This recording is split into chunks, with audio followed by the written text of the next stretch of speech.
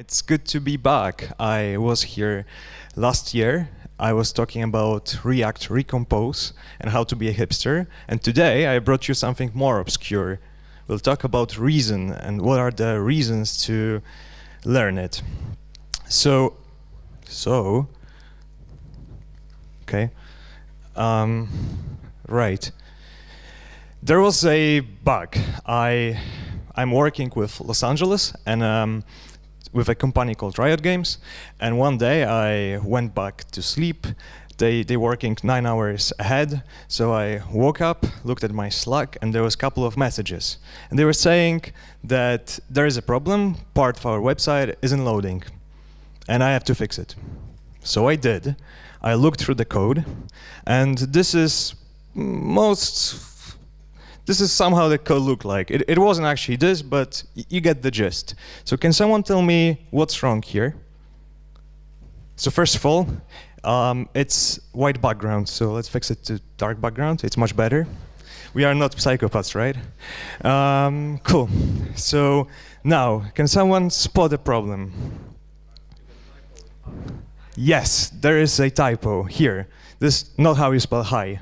And no one noticed it, so even during the code review, it slipped by. Right, so I changed this, but this gave me an opportunity to think a little bit about my life and what I'm doing with it. So what happened? I decided maybe it would be better to go a little bit safer. So what I did, I introduced TypeScript to our project, and this is a type definition. And it has a correct name for hide. And if you want to access a variable which doesn't exist, the compiler will yell at you and say it doesn't exist, and it will even give you a very helpful message saying, "Did you mean hide?" And now you feel that you are stupid. But you know, I started thinking there might be another problem, that maybe in a couple months I'll wake up again and there will be another problem because this thing won't be there at all. And what can I do? I don't have any. I can of course do a validation, but it would be good if there was something which would help me. So what now? First, let me give you an introduction of myself. So my name is Bart. I work for X Team, the people who are sponsoring this event, actually. So I have to do good because, you know, it would be better. I'm contracting with Riot Games. They do this game called League of Legends. You might heard about it. It's fun, I guess. I'm a digital nomad, so I work from different places in the world. I travel very frequently. The main idea is that the whole company is remote, so I can be wherever I want, and that's great. I really recommend it to everyone. And I'm also a RPG and LARP player. So if you've seen Stranger Things, you've seen kids playing in the basement, rolling dice. This is me. I'm still doing it. I'm not ashamed. Now I would like to learn a little bit about yourself, because you know me. Could you tell me who've heard about Reason? Cool. Who used Reason? Okay, couple hands. And who used it in production or wrote something which was deployed? One hand? No? Yes, there is someone. So he's probably much more. He would be a better person to give this talk than me. But anyhow, why Reason? What is Reason? What's going on with this language? So Reason will give you a very good type system. It's very sound, so it's very safe. It will give you a lot of opportunities to catch a lot of different bugs. It also has a great type inference. So if you look at any variable in your code, it will tell you what type is it, and there is no escape from it. Not like in TypeScript, where you can pass any. It always works. It is designed with simplicity and pragmatism in mind. So the idea is that let's take something that JavaScript developers know, so for example the syntax and any other ideas, and create a little bit better language than JavaScript. Also, the idea is that in the beginning, when people started developing the first prototype of React, they decided that maybe they won't use it JavaScript, but something different.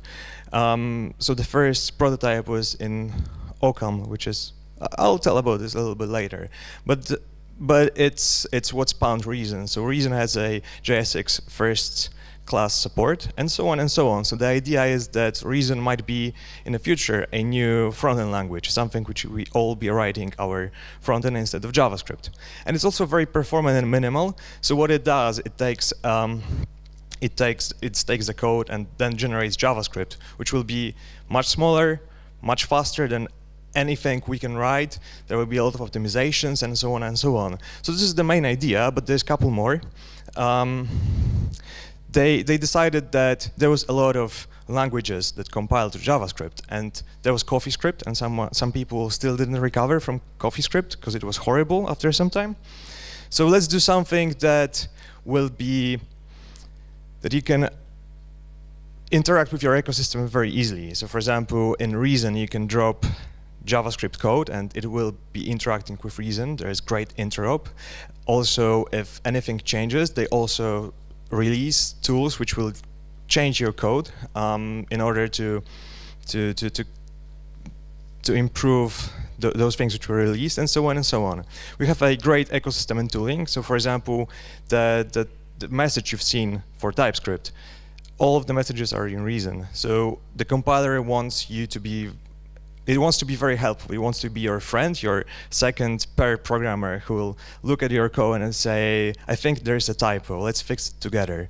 And this is the whole idea, that it might be friendly. When you open your editor, you know what's going on. And it's also backed by Facebook and Bloomberg, so two big companies. Facebook created a messenger, or rewrote Messenger in Reason, and they are extremely happy. And Bloomberg used Reason for a long time. So, you know, there is something about this. But I guess you're all looking at me and thinking, we are all JavaScript developers. We don't want to learn any new language. We have deadlines, projects, stuff. So, you know, it's a new language. I don't want to learn. Actually, it's a not new language. It's a syntax for OCaml. And I told you this, like it somehow fixes the problem. You all look at me, something like this. What's going on? What's OCaml? What we are doing here? What this guy is talking about? So what is OCaml? OCaml is a mature and battle-tested language, which was there for 20 years. It's, as I was saying, functional, fast, pragmatic, and it tries to reach the gap between fully functional and obscure, like Haskell, and something with side effects, with possibilities to do mutations and interactions with real world. It also powers flow type. So if you know flow type and used it, it was all written in OCaml, and it is a language which wasn't developed in 2 weeks. So you know, might be good to look at it. But there's a problem, as I was saying. OCaml doesn't run inside a browser, so why should we care? There is a thing called BuckleScript, and it was developed by Bloomberg. And all of their JavaScript code, almost all of their JavaScript code, is compiled through BuckleScript. And this is a, let's call it a tool chain, which will, as I was saying, like Webpack, it will take your code, transpile it or compile it into something readable, fast, very tiny. It will do a lot of dead code eliminations. It will do a lot of optimizations, and it will still try to make your output as readable as possible. So when you are debugging, you're not knowing what's happening. And this is BuckleScript. And together, those three things, so Reason, BuckleScript, and JavaScript, they create this whole ecosystem. So with Reason and BuckleScript, you can create a very good JavaScript. Right, so I guess you are all developers. I can be talking about Reason a long time, but you would probably like to see some code. So let's go to the journey together. Let's see how the code looks like. Let's start. This is how Reason looks like. Everyone can see? This is when you say yes. Great. Yes. Awesome. So this is how it looks like. You use let binding to declare your variables. Then there's a string concatenation. So for example, those two classes will concatenate another string, and it will display hello meet.js. There are records, which are kind of like objects, but not really. You first declare a type, and then you give it a value. We have lists, which are immutable. There's also arrays, but lists are much more fun. And tuples, which are like lists, but with a certain number of elements. And they can have different types. So for example, string and a number. Also, there's another great feature called pattern matching. You can pretty much pattern match everything. But let's see, we have a list of 3 Avengers.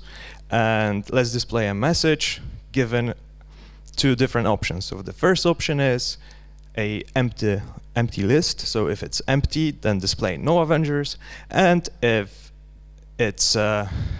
there's something in the list, take the first element and concatenate it with the string. So it will display first Avenger, Iron Man.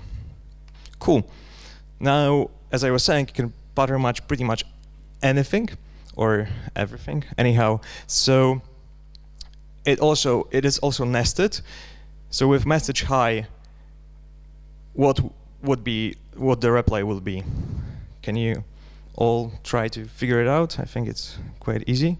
Of course, it will be hello to you too, because it will go here. Oh, you cannot see it. Okay, so it will try to find this one and display it. Okay, so with all these cool features, we have also functions. Functions are pretty self-explanatory. This will add 2 numbers, but they are queried by default, so we can partially apply them.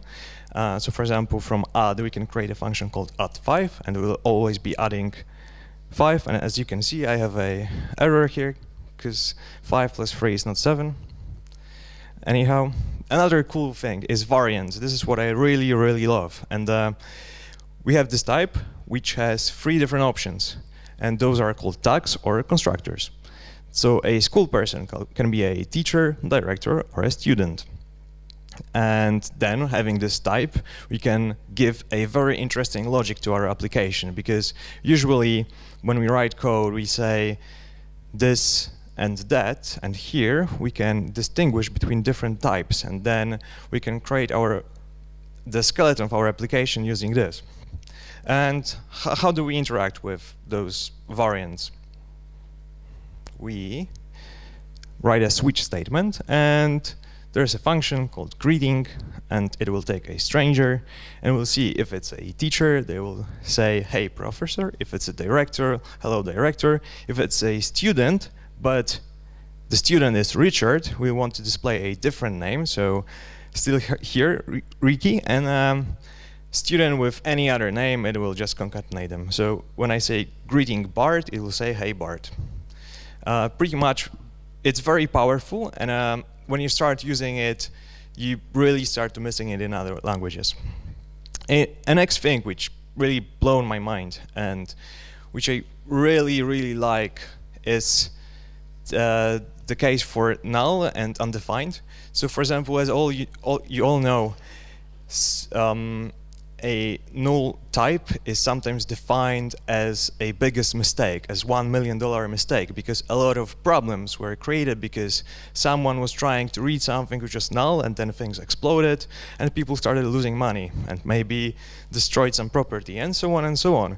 So how Reason has what are the reasons to look at it differently? See what I did here?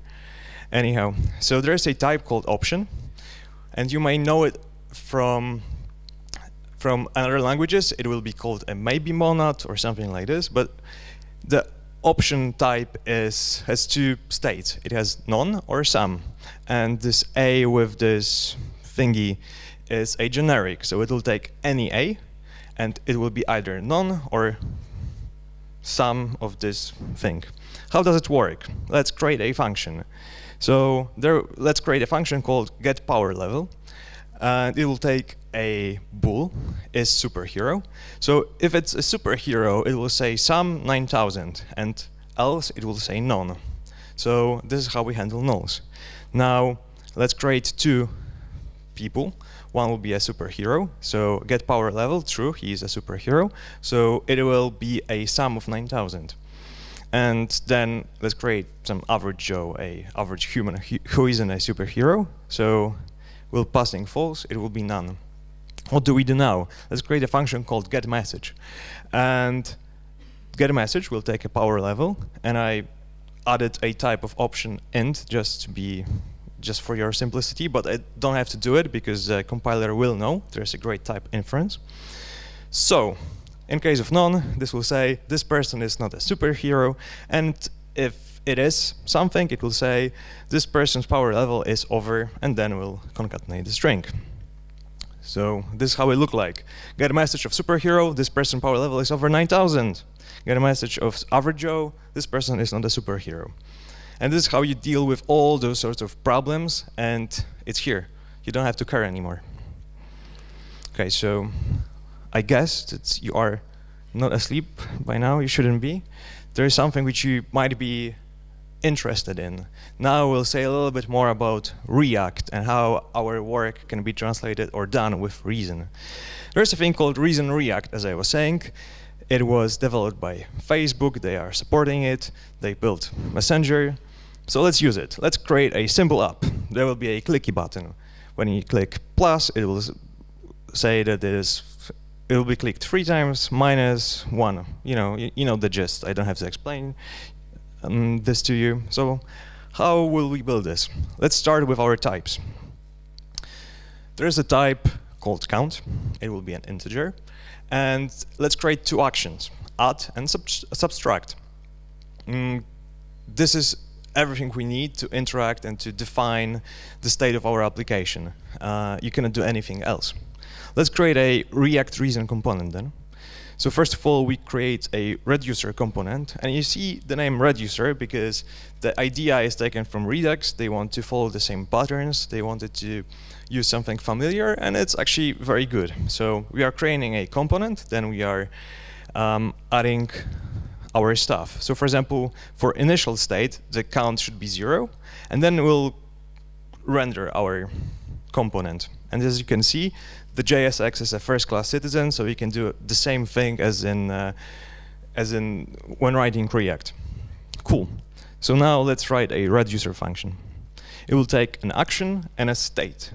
So based on different actions, using those variants, as I was explaining before, when it's add, then update the ReasonReact state, add +1 to account, and if it's subtract, then do -1. And this is all you need to represent the state of your clicky button. There may be a little bit of JSX. This is how it looks like. There's a couple hairy things, unfortunately. So first of all, you cannot just drop a string. You have to do ReasonReact string, which is kind of messy. I think they're working on it. But for now, it is what it is. So as you can see, this will create 1 button with plus, 1 button with minus, and then a label with a message count and string to int, because everything is typed, so we have to translate what kind of type it is. And it is. It works. We have our clicky button. It was super simple. And you can do it in 10 minutes. I did it in 10 minutes, so yay. Right, so with all this power, let's go back to our initial question. So as you remember, I woke up, I had problem with a bug, I had tons of Slack messages, I had different problems, and now I'm thinking that maybe using Reason would be a better solution. Maybe it will be a little bit different. So as you remember, we had different characters, and they had height. So now we'll use Reason and say it's option string. So it might be there or might not be there, as you know from the previous example. And when I'm decoding JSON, or actually parsing the JSON, I have to give types to every variable there. So when interacting with Reason, everything is safe, and also the code makes me to write this, because in JavaScript I don't have to do any validation. It might be faster, but then much more unsafe. So with this piece of code, I solve my problem. And, you know, great. So what else is there? React Reason gives you a lot of other stuff. So all the things you know from React, lifecycle methods, events, React Ref. You can add CSS, you can do CSS components and other stuff, or CSS in Reason. You can interact with existing components and so on and so on. And pretty much everything you can do with React. So the question is Reason ready? It's hard to say. They all use Reason, apparently, or they say they use Reason, but it's hard to tell. I played with it a little bit. I created a small app. It was fun, but I don't think it's fully ready. Is Reason fun? Oh yeah, it's absolutely fun. If you start using Reason, you don't want to go back. And should you care about Reason? I think you should, because it's very young ecosystem. You know, we are here early adopters. It requires a little bit of time in order to Reason to be mature and widely used. But I think it's a future. I think that many ideas, if not, so I think that if not Reason, a lot of cool ideas will come to JavaScript, and we all be writing some of the ideas I presented you here. So you know, you can, in a couple years, you can go back to this talk and think, actually, those were pretty cool ideas. I'm glad I'm using them today. But as I was saying, it's immature, has a very small community, and it's rough around the edges. For example, promises, oh my god, it was extremely bad. But there are ways, there are proposals to do async await. So anyhow, Reason. I think you have many reasons to at least try Reason and look at it, and thank you for listening.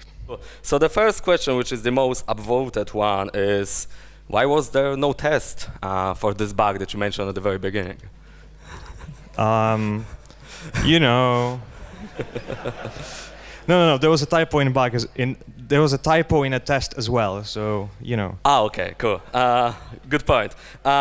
So another question. It is from an early adopter. Is do you think that Reason will become mainstream in the way that TypeScript kind of is? It's always hard to tell. I think it might.